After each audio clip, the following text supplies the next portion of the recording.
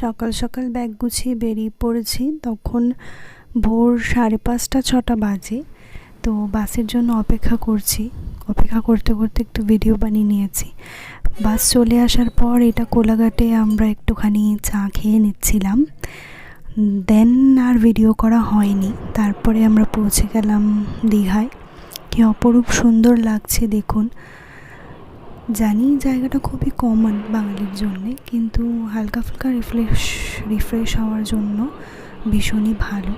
শীতের ওয়েদারে একটু বেরিয়ে আসার জন্যে দীঘা অত্যন্ত ভালো একটা ডেস্টিনেশন। আপনারা সবাই অবগত দীঘা সম্পর্কে, বাঙালির খুব প্রিয় জায়গা। তো রেডি হয়ে বেরিয়ে পড়েছিলাম উদয়পুরের উদ্দেশ্যে। তো এখানে এমনি ভিডিও করে নেওয়া হয়েছে, কারণ কিছু প্ল্যান করে তো সে সময় যাইনি যে ভ্লগ আপলোড করব। কিছু মুহূর্তেরই আপনাদের কাছে ভিডিওটি তুলে ধরছি। দেখুন কি অপরূপ সুন্দর ঢেউগুলো লাগছে দেখতে। এটা মোহনার ভিডিও। মোহনাতে ভোরবেলা আমরা গিয়েছিলাম পরদিন সকালে। আমি এখানে একটু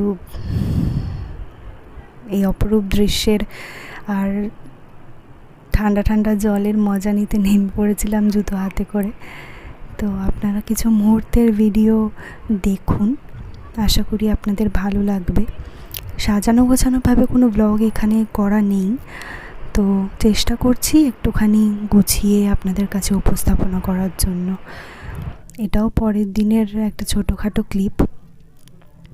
আপনাদের সাথে ফেস টু ফেস কোনো ইন্টারাকশান এখানে করতে পারছি না। তো কিভাবে আমরা আনন্দ করেছি, কীরকম কীভাবে কাটিয়েছি, সেই ভিডিও ক্লিপই তুলে ধরলাম। এখানে দেখুন একটু পাগলামি।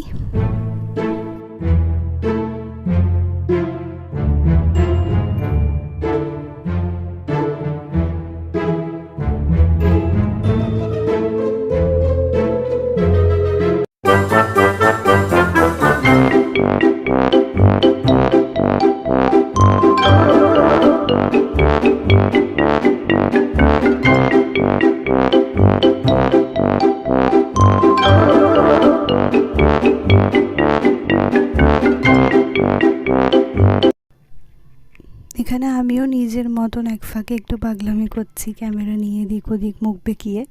তারপরে কিছু ফটো আপনাদের সাথে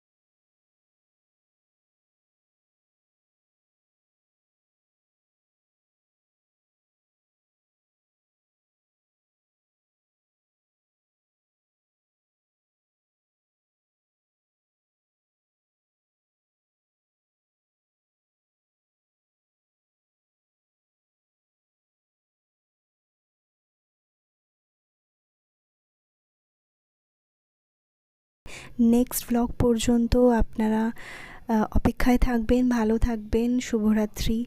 সবাই ভালো থাকবেন, সব সময় হাসি খুশি থাকবেন, আর চ্যানেলের পাশে থাকবেন।